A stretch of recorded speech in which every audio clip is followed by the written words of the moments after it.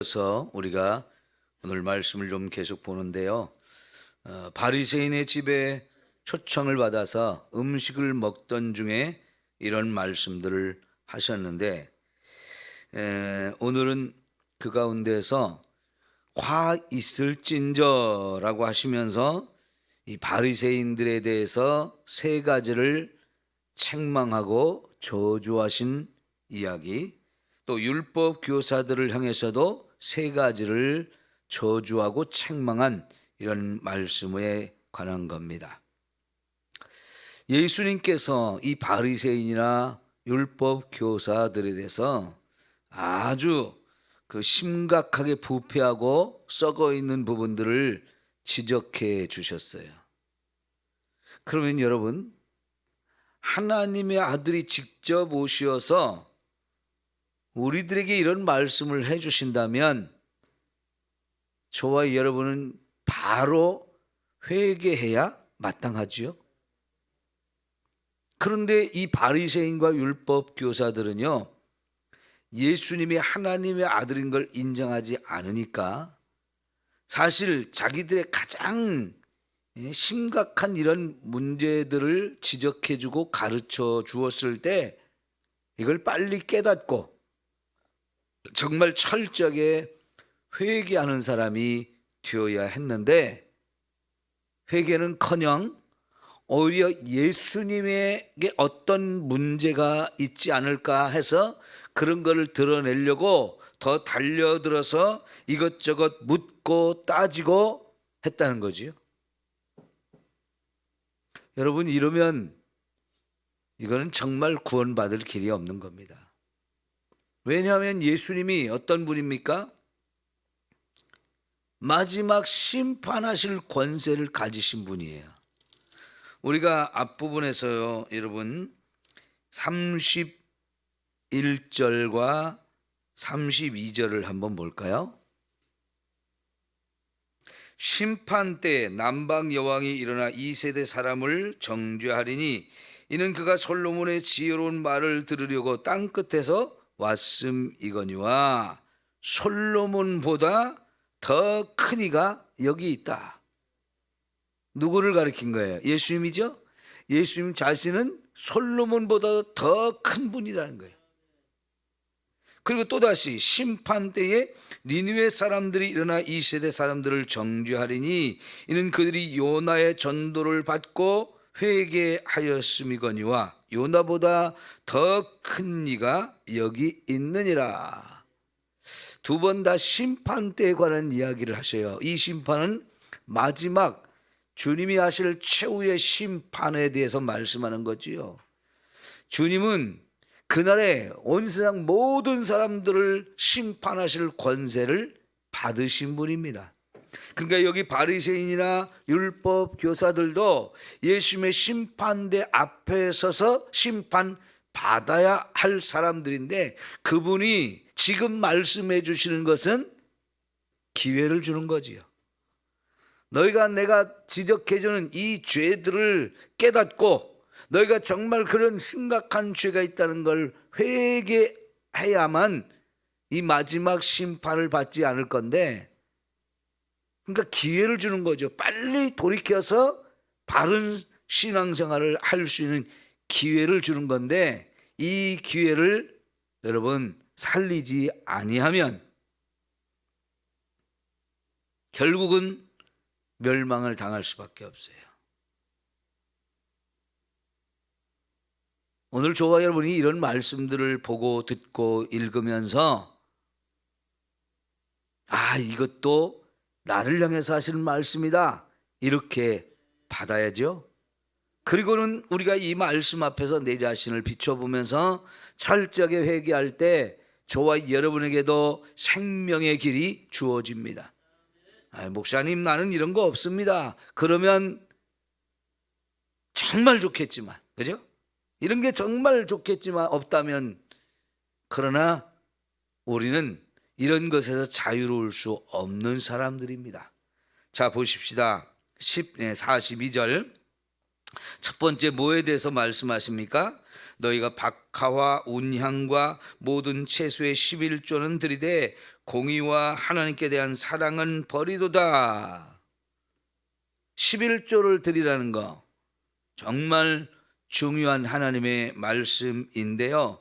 그걸 더 정확하게 지키기 위해서 이들은 박하와 운향과 채소의 11조까지도 다 계산해서 드렸다는 겁니다.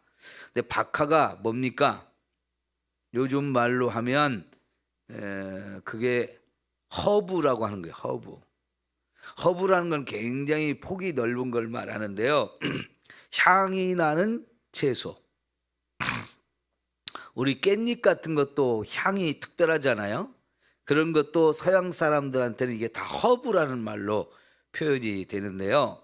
이게 향이 독특하게 나는 이런 채소들은 사실은 이제 서양이나 동남아시아 이런 데가 많이 사용하는데요. 음식을 하거나 먹거나 할 때 그런 걸 첨가하는 것은 조금만 넣어도 그 향이 나기 때문에 이걸 조금밖에 안 써요. 박하가 우리 지금 다 파낸 화단의 끝부분에 있었거든요. 많이 났었거든요. 조그맣게 나가지고 그 잎사귀 몇 개만 따도 이렇게 굉장히 향이 진하게 나는 거거든요. 예를 들면 집에 로즈마리 같은 거 키우시는 분들 많죠? 그 로즈마리 같은 것도 잎사귀 조금만 따가지고 음식을 할 때 넣게 되면 그 향이 탁 나게 돼 있어요.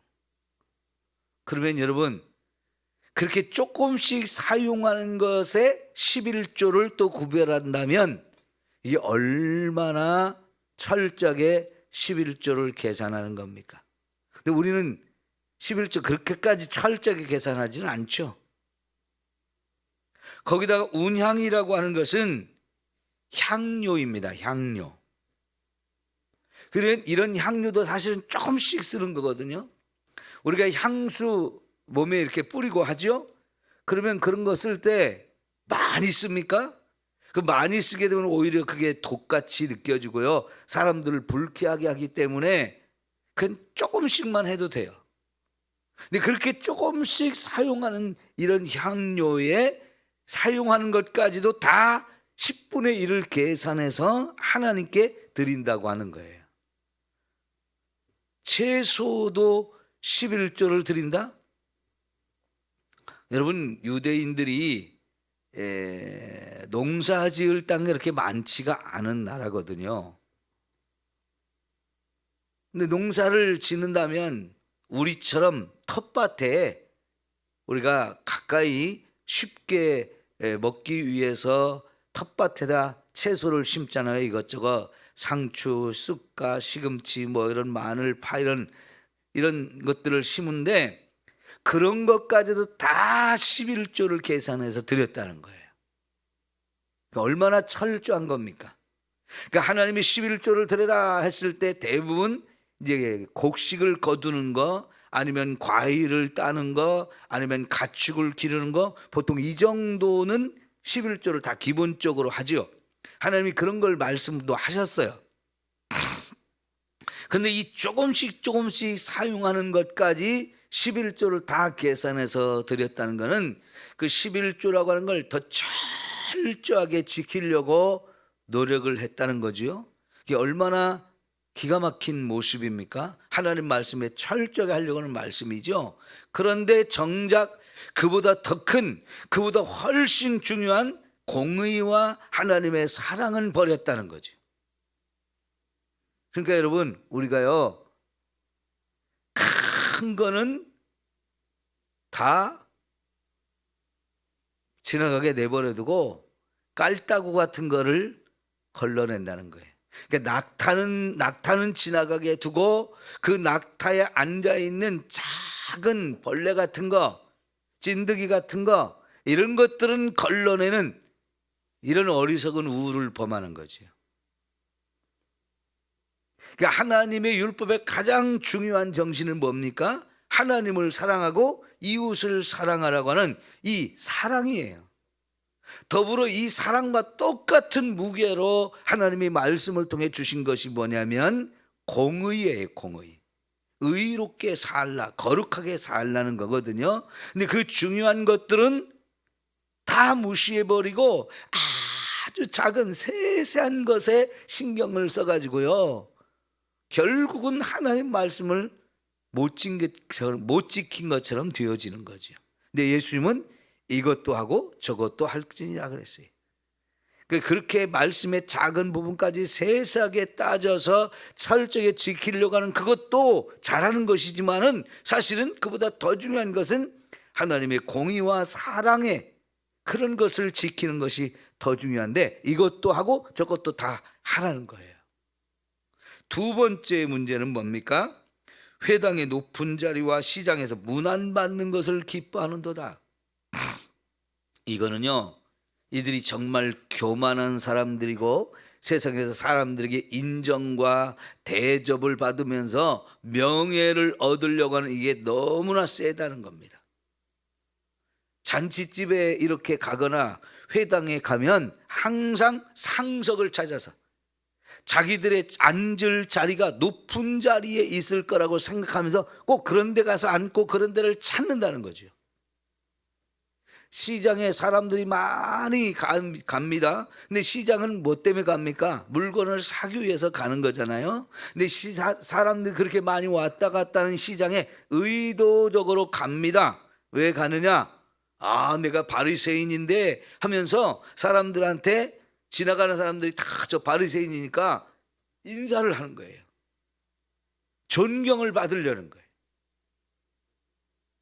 이 모가지가 얼마나 뻣뻣한 사람들이겠어요. 그죠? 교만하기가 이를 데 없고요. 교만하다 보니까 자기가 대단한 존재인 것처럼 생각하면서 남도 다 자기를 그렇게 인정하고 높여주기를 바라는 이런 마음들이 너무나 큰 거지요. 이게 당시 바리새인들이 살아가는 모습들이었습니다. 세 번째는 평토장한 무덤 같아서 그 위를 밟는 사람이 알지 못한다. 여러분, 무덤이라고 하는 것은 여기가 무덤입니다라고 하는 표시를 하기 위해서 무덤에 봉분을 만들거나 아니면 비석을 세우거나 아니면 요즘에 뭐 돌 같은 걸로 이렇게 싸서 무덤을 멋있게 꾸미잖아요. 그래야 아무리 멋있게 꾸며도 무덤이죠. 살아있는 사람이 거기서 살려고 하면 살겠어요? 안 살겠어요? 우리가 거기 살려고 그렇게 꾸미는 건 아니에요. 죽은 시신을 갖다 모시려고 한 거지요. 거기는 사람들이 두려워하거나, 특별히 유대인들은 두려워하기보다는 그것은 부정한 곳이라고 생각을 하기 때문에 무덤가에는 잘 가지도 않습니다. 장례를 치르는 것 외에는 가지를 않아요. 그런데 평토장을 해버렸다는 거예요. 다시 말하면 그곳이 무덤인지 아닌지, 사람을 시체를 묻었는지 안 하는지 알 수 없도록 그냥 똑같은, 다른 평지와 똑같은 모습으로 덮어버리니까 사람들이 거기가 무덤인 줄 모르고 그 위에 설 수가 있게 되는 거죠. 그러면 유대인의 입장에서 보면 그거는 부정해지는 거거든요. 자기를 얼마나 잘 위장했는지 남을 속이는데 명수인 거예요. 내가 거룩한 척, 내가 정말 괜찮은 척하고 위장해가지고 다른 사람들을 부정하게 만들고 다른 사람들을 속이는 이런 일에 이 바리새인들이 너무 잘하는 거지요.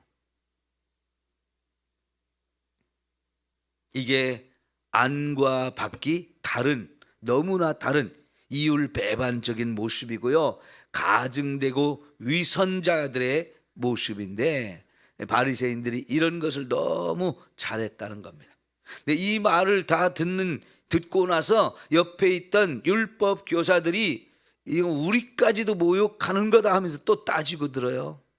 맞아요. 그들도 다 들어야 되는 말씀이에요. 그들에게도 해당되는 말씀이에요. 우리까지 모욕하는 겁니다라고 하는 걸 느낀다면 사실은 이게 제대로 말씀을 들은 거거든요. 근데 그걸 자기를 모욕하는 거라고 이렇게 하면 회개하는 게 아니고 오히려 예수님께 달려들면서 우리는 안 그런데 이런 거죠. 이 율법 교사들이 우리까지도 싸잡아서 다 그렇게 말씀하십니다. 이 마음이 오늘 사실은 저와 여러분의 마음이어야 돼요. 이건 바리새인 율법 교사들을 향해서만 말씀한 게 아니고 신앙생활을 오래 하는 사람들이 이런 죄를 범하기가 아주 쉽습니다.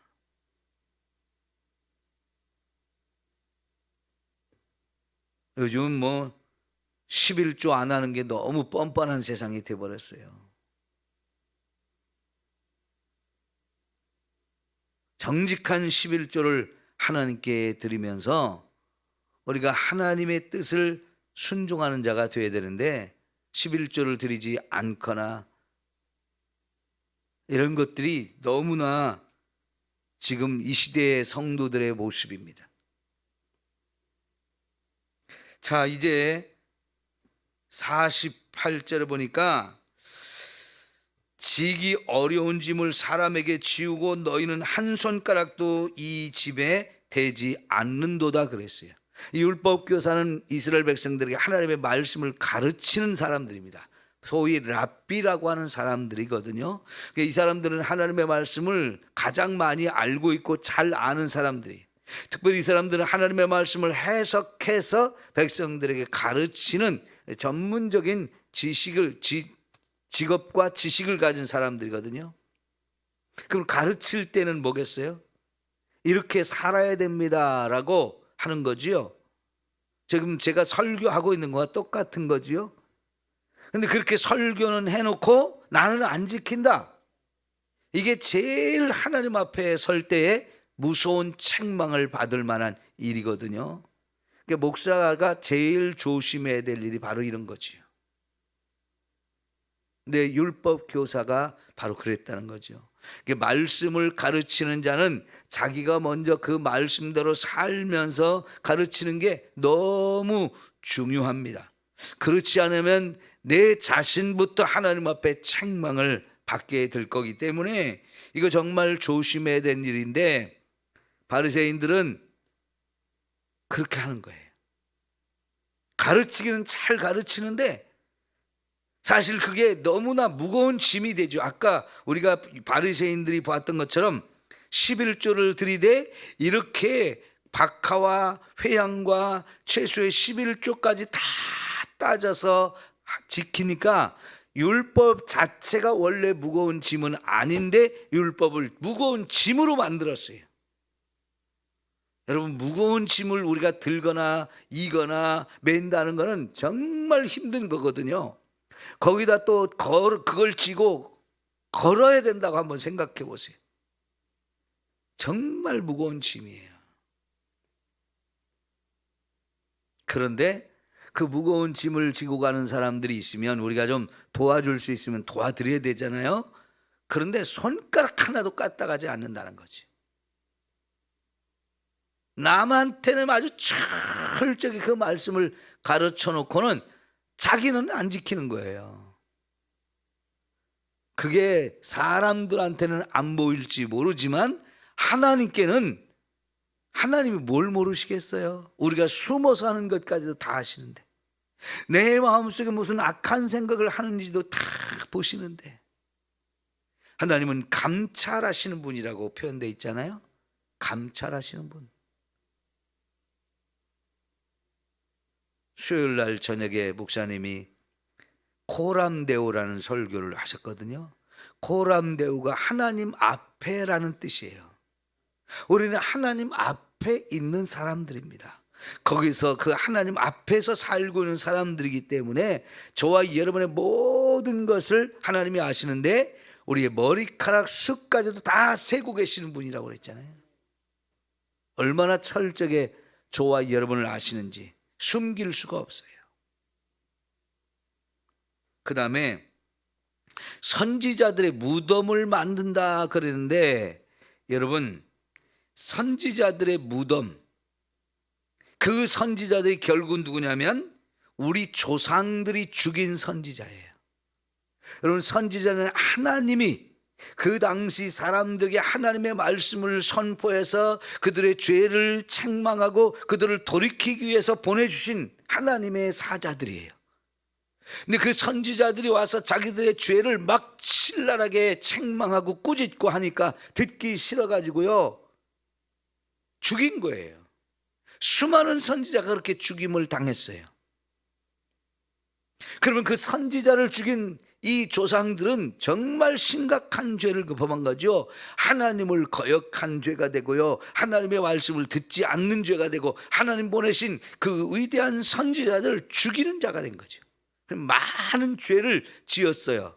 그러나 그 선지자들을 보면 너무나 대단한, 너무나 위대한 선지자죠. 그러니까 후손들이요, 그 선지자 정말 훌륭하고 대단한 선지자다 하면서 그들을 기념하기 위해서 무덤을 만들고 비석을 세우고 막 요란을 떨어요.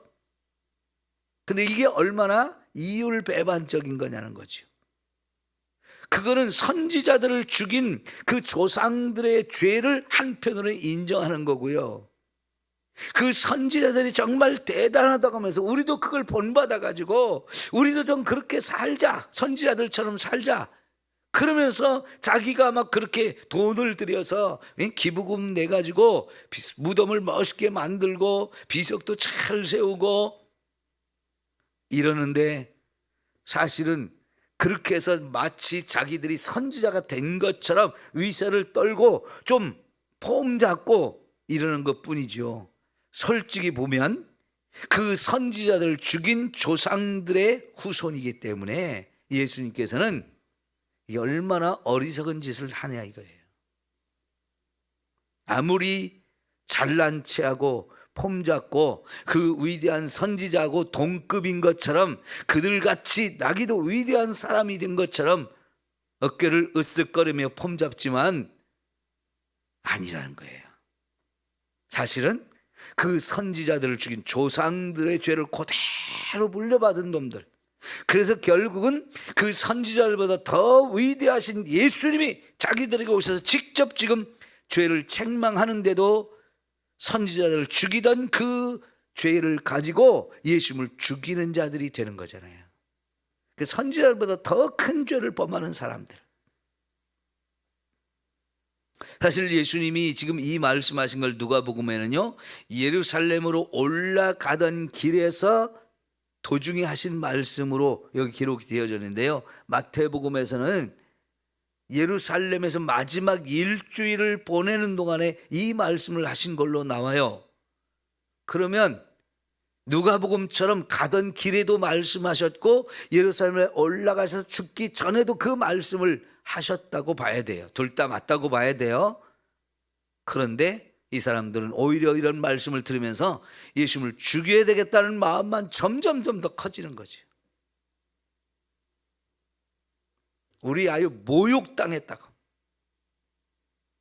저런 인간은 빨리 죽여 없애야 된다고 그러면서 예수님을 죽이는, 실제로 그런 일을 행하는 자들이 되어지거든요. 그러니까 선지자들이 이 조상들에서 죽음을 당했는데 그 조상들이 선지자를 죽인 죄보다도 더 큰 죄를 범하는 사람들이 되는 거예요. 이 세대가 그 모든 죄를 담당하리라 그랬는데요, 결국 예수님이 이 말씀을 하실 때 예루살렘 도시 전체가 다 내려다 보이는 감람산 위에서 내려다보면서 탄식하며 이런 말씀들을 하셨어요. 예루살렘아 예루살렘아 하면서 암탉이 자기 새끼들을 날개 아래 모으려고 하는 것처럼 내가 너희들을 품으려고 얼마나 너희들에게 이런 기회를 주었는데 다 거절했다는 거죠. 그러면 무서운 하나님의 심판을 받는 것밖에 없는데, 심판받을 그걸 생각하니까 예수님이 너무나 마음이 아파서 예루살렘에 보면서 통곡하고 애통해 하시는 그런 모습들을 보이셨거든요.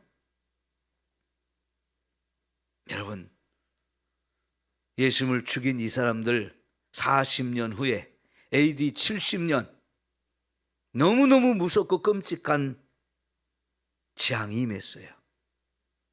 돌 위에 돌 하나도 남지 않고 다 무너지리라고 말씀하셨던 대로 로마에서 어마어마한 군대가 와서 완전히 다 초토화시켰어요.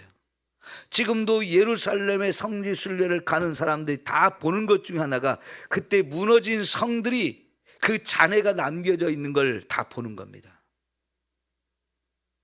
저 뒤에 사진에 통곡의 벽이라는 게 그게 그때 당시에 무너지지 않고 남아있는 유일한 성벽이거든요. 그 외에는 다 무너졌어요. 왜 저걸 남겨놓겠어요? 그리고 그 주변에 그 무너진 잔해들을 아직도 그대로 남겨둔 것은 똑똑히 보라는 거지요. 하나님의 심판이 얼마나 무섭게 임하는지. 왜? 하나님이 그렇게 기회를 주고 구원받을 수 있는 기회를 줘도 전혀 깨닫지 않고 거역하고 회개하지 않았기 때문에 무서운 심판과 멸망을 받게 된 것이죠. 여러분, 오늘 저와 여러분이 하나님 말씀을 들을 때 그냥 흘려들은 말씀이 하나도 없어야 돼요. 모든 말씀을 다 귀담아 듣고 모든 말씀 앞에서 내 자신을 살피면서 하나님 앞에 더 철저하게 회개하면서 믿음 위에 말씀 위에 바로 서는 저와 여러분 모두가 되어야 할 것입니다. 기도합시다.